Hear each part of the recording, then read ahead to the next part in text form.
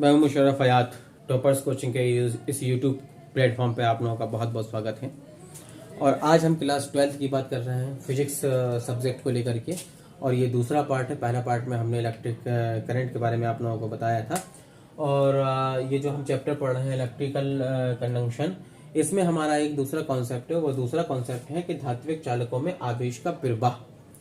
धात्विक चालकों में आवेश किस तरीके से प्रवाहित होता है, या हम इसको मुक्त इलेक्ट्रॉन मॉडल के नाम से भी समझ सकते हैं कि मुक्त इलेक्ट्रॉन मॉडल होगा क्या, और उसके आधार पर हम समझ सकते हैं कि धातुओं में धात्विक चालकों में आवेश का प्रवाह किस तरीके से होता है। तो सुनिए, आप जानते हैं कि कोई भी पदार्थ हो, जितने भी धात्विक चालक होते हैं वो लगभग कैसे होते हैं, ठोस होते हैं। बात को समझिएगा, ठीक है। अगर पूरा कॉन्सेप्ट समझना हो तो वीडियो अंत तक देखिएगा, तब पूरा कॉन्सेप्ट समझ में आएगा, अन्यथा की स्थिति में पूरा कॉन्सेप्ट समझ में नहीं आएगा।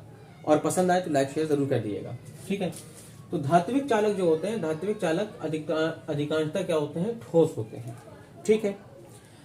ठोसों में बहुत सारे परमाणु होंगे, और परमाणु जो प्रत्येक परमाणु होता है उसमें एक नाभिक होता है, और नाभिक में उसका समस्त धनावेश एकत्र होता है, केंद्रित होता है।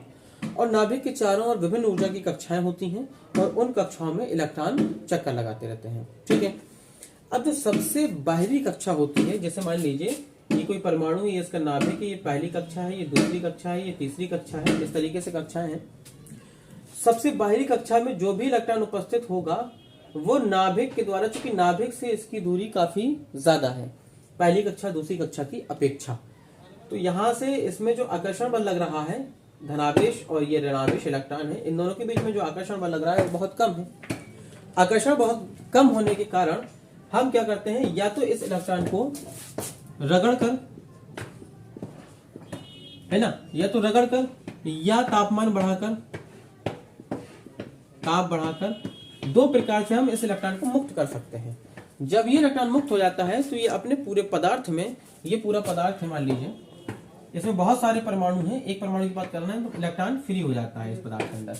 और पदार्थ के अंदर जब फ्री हो जाएगा तो वो अनियमित रूप से, यानी रैंडमली कहीं पे भी डायरेक्शन में, किसी भी डायरेक्शन में मूव कर सकता है, गति कर सकता है।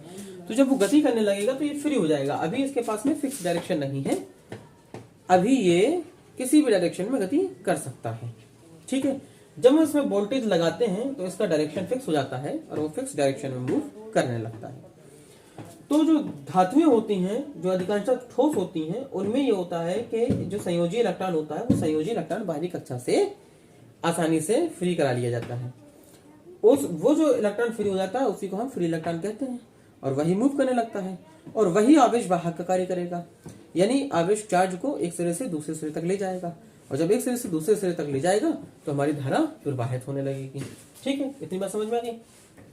अब समझना भी ये है कि केवल ठोस में ही आवेश वाहकों का कार्य नहीं होता, मतलब धारा केवल ठोसों में नहीं प्रवाहित की जा सकती है, बल्कि धारा कुछ ऐसे द्रव भी होते हैं या गैसें भी ऐसी होती हैं जिनमें धारा प्रवाहित की जा सकती है।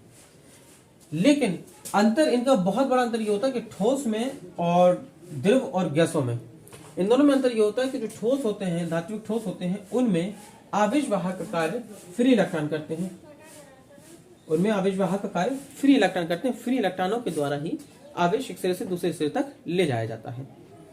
तो पूरी धारा प्रवाहित होने के लिए चालकों में पूर्ण रूप से उत्तरदायी मुक्त इलेक्ट्रॉन होते हैं, ठीक। दूसरी कंडीशन, द्रवों और गैसों में जो आवेश प्रवाहन का कार्य होता है वो इलेक्ट्रॉन प्लस कोटर, जिसे अपन होल भी कह देते हैं, दोनों के द्वारा होता है। यानी इलेक्ट्रॉनों के द्वारा, इलेक्ट्रॉन भी आवेश वाहक का कार्य करते हैं और कोटर भी आवेश वाहक का कार्य करते हैं। किनमें?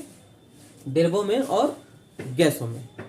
तो ये इसका एक तरीके से मुक्त इलेक्ट्रॉन मॉडल के आधार पर हम समझ सकते हैं धात्विक चालकों में आवेश का प्रवाह किस तरीके से होता है। धातुओं में लास्ट वाली जो ऑर्बिट होती है, कक्षा होती है, उससे इलेक्ट्रॉन फ्री कर लिए जाते हैं। वो इलेक्ट्रॉन पूरे पदार्थ में गति करने के लिए फ्री होते हैं। जब वोल्टेज स्थापित किया जाता है तो उनका डायरेक्शन फिक्स हो जाता है और वो मूव करने लगते हैं, जिससे धारा प्रवाहित होने लगती है। धारा प्रवाहित होने लगी, मान लीजिए हमने एक बैटरी यहाँ पर लगाई, ठीक है, ये बहुत सारे इलेक्ट्रॉन है इसके अंदर। तो जैसे ही हम बैटरी लगाएंगे, ये पॉजिटिव सिरा है, ये नेगेटिव सिरा है, तो इलेक्ट्रॉन मूव करने लगेंगे। जब इलेक्ट्रॉन इसमें मूव करेंगे तो धारा इस डायरेक्शन में प्रवाहित होने लगेगी। तो जो डायरेक्शन ऑफ करंट है वो अपोजिट होगा द डायरेक्शन ऑफ इलेक्ट्रॉन के। ठीक है, तो ये मुक्त इलेक्ट्रॉन मॉडल के आधार पर हम समझ पाए कि आवेश का प्रवाह कैसे हो सकता है, चार्ज एक सिरे से दूसरे सिरे तक कैसे जा सकता है। अगले नेक्स्ट वीडियो में नेक्स्ट टॉपिक आप बताएंगे।